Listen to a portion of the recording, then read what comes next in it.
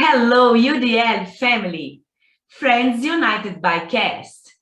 We feel in harmony with everyone despite the online modality.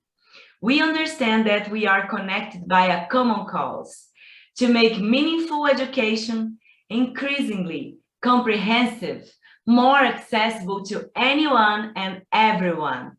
It is with this joy of this feeling of union that we thank you for being here with us. I'm Raquel, an enthusiastic teacher of inclusive education, and currently I teach history and geography to children between the ages of 10 and 15, alphabetize an elderly woman, and teach music to young children. I also research inclusive education for my thesis.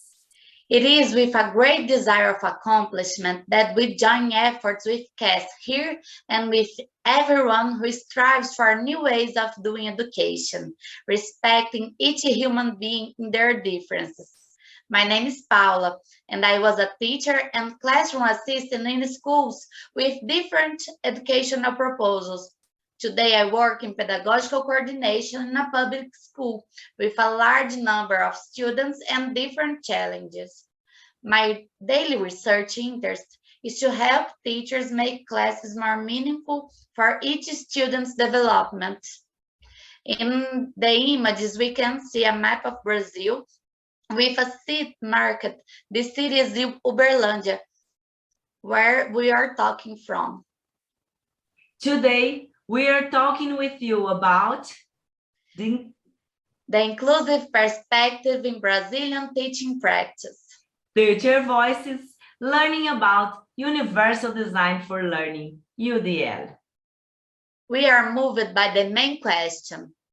Are the UDL principles in every inclusive heart? Inclusive heart, meaning person who has an effective intention to embrace everyone. And some important reflection about this in Brazilian context is: what types of educational exclusion do we face the most? To what extent can we break down barriers to access? How has teacher training for inclusion been happening? What approach is needed for effective inclusive work? Where could we find a UDL team or some similar approach? We met in a school that was born in an inclusive perspective, and for some time we participated in in-depth studies about learning considering human differences, mostly taught by Professor Miranda Damasio, from whom we first heard the term UDL. Once she said, in order to contemplate the overcome of linear ways of thinking and acting, an innovative and possible path involves the adoption of the principles of universal design, which gave us the initial impulse to seek knowledge about this proposal. And the more we learn, the more we feel that we have found what we were looking for. Here in Brazil, the learner voices about UDL are the voices of teachers, and it is for them that we want to borrow the megaphone in this symposium. With this session, we want to present you with a little of how the inclusive perspective has been starkly given in our context here, expressing some theoretical bases that have been supporting the inclusive teaching work that we were able to experience in our realities. We will show you a little bit of the inclusive structure in Brazilian educational policy, questioning in which points, places, or situations the UDL is applicable in the Brazilian context, pointing out experience where this paradigm has been applied, even without knowing this approach.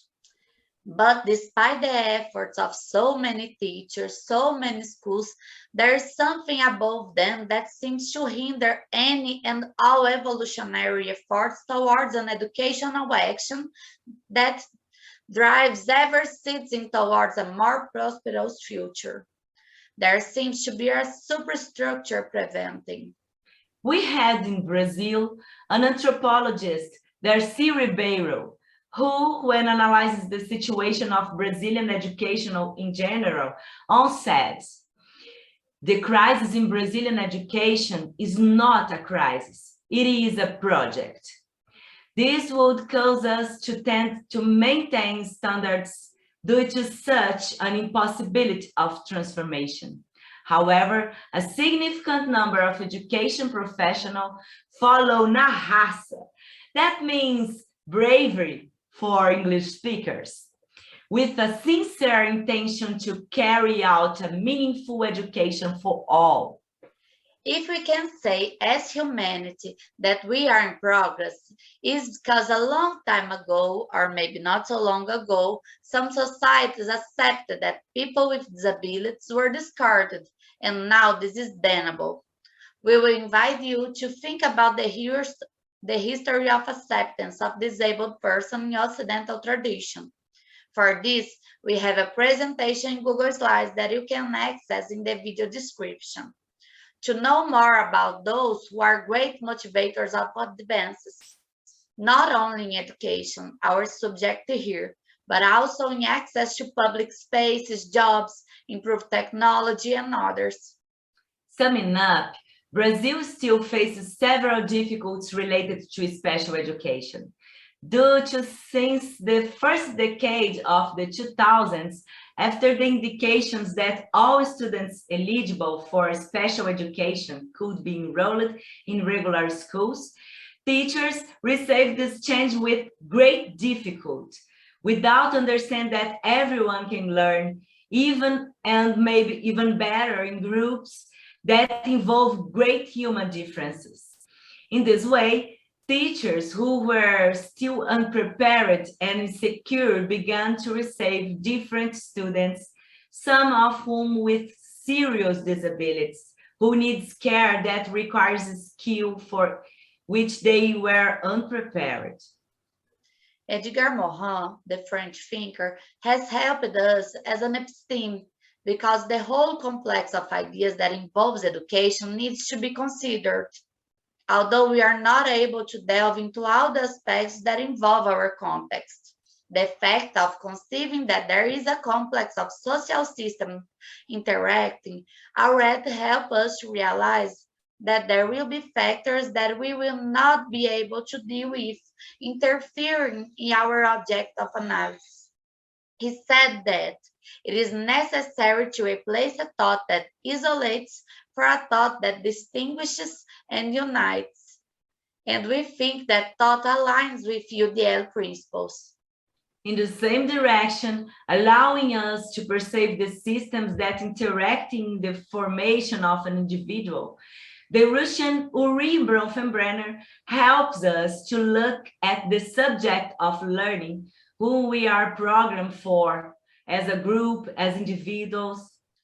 To illustrate his theory, we have 5 circles, one inside another, with the child in the center, and surrounding it, we have immediate family, kinship and informal networks, local environment, formal networks and service, and in the wider circle, we have broader economic, policy, social, and wider environment.